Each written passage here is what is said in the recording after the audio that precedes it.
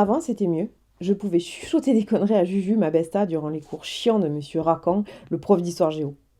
Maintenant, je me fais gauler à chaque fois à cause de la buée sur mes lunettes. Aïssatou, lycéenne, qui a le seum. Les souvenirs se ramassent au tractopelle. Portrait de Bernadette Pirac, intermittente de la mémoire.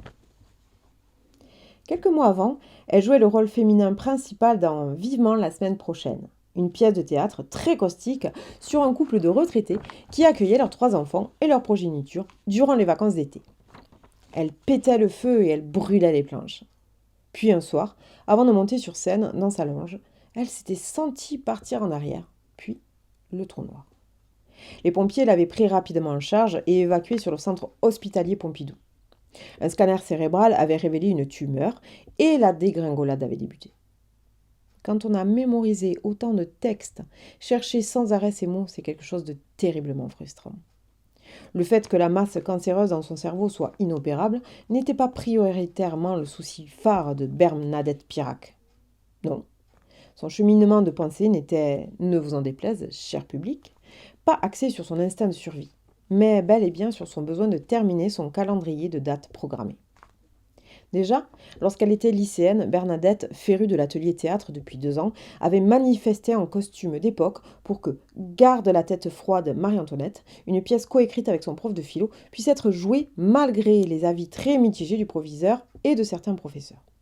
En effet, cette comédie, revisitant les dessous affriolants de l'histoire, avec entre autres une scène sulfureuse entre Marie-Antoinette et Yolande Martine-Gabrielle de Polastron, favorite et confidente de la reine, mettait quelque peu à mal la bienséance des mœurs de l'établissement.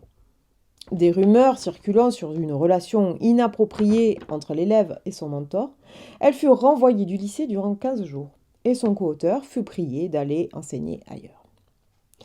Ainsi, vous l'avez compris, Bernadette était une femme à forte conviction artistique. Elle vivait pour son art et durant 50 ans, elle revendiqua une énergie sans borne sur les planches comme en coulisses. À son sens, le théâtre ne pouvait être mièvre, bien au contraire. Pour cela, elle dépoussiérait les classiques et inventait les contemporains avec une foi inébranlable dans le rire du public. C'était le moteur de son existence. On ne badine pas avec une actrice aurait pu être le titre d'une de ses pièces. Elle se vouait corps et âme au théâtre, engloutissant des nuits d'insomnie à l'écriture de ses pièces échevelées ou à la mémorisation de ses répliques. Elle était connue et reconnue par ses pairs pour ses tirades déchaînant l'hilarité du public et quelquefois même celle des comédiens présents sur scène. Alors non. Pour elle, le plus précieux résultat n'était pas de survivre à sa mort annoncée, mais bel et bien de boucler la programmation. Le neurologue réputé qui avait assassiné son destin était peu optimiste sur ses chances de réussite. Il le lui dit très clairement lors de leur 3e entretien.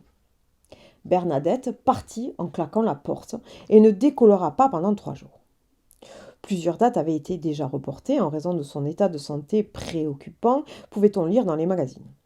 Jean-Christophe, son partenaire de travail comme dans la vie, ne tenta pas de la dissuader. Ils s'installèrent un soir autour d'un armagnac hors d'âge que leur témoin de mariage leur avait offert pour leur 20e anniversaire. Il y eut beaucoup de pourparlers, dont un pour une oreillette afin de souffler le texte en cas de panne. C'est là que le verre fracassa le miroir en étain du petit salon. « Moi vivante, jamais !» hurla-t-elle de manière mélodramatique qui le fit sourire. Jean-Christophe proposa l'assistance d'une orthophoniste. C'est ainsi que Léa entra dans le clan Pirac pour la plus exaltante et la plus funeste prise en charge de sa jeune carrière. Ce fut épuisant. Les nerfs grinçaient à chaque représentation. Bernadette palliait à ses fuites de mémoire avec des pirouettes imperceptibles pour les spectateurs, mais qui renforçaient à chaque fois davantage l'estime de ses compagnons. Lorsqu'enfin arriva le soir de la dernière, elle fut éblouissante. Ses yeux s'emplirent de larmes lorsque le rideau tomba après 3 rappels. Elle embrassa toute sa troupe. Elle embrassa son image dans le miroir de sa loge. Toute la troupe se restaura, au chaudron bleu, leur cantine favorite. Jean-Christophe enlaça fièrement sa femme, son héroïne, ce soir-là. 3 mois plus tard, Après avoir tenté de rembobiner sans cesse le fil de ses souvenirs, Bernadette tira définitivement le rideau à l'âge de 73 ans. À demain!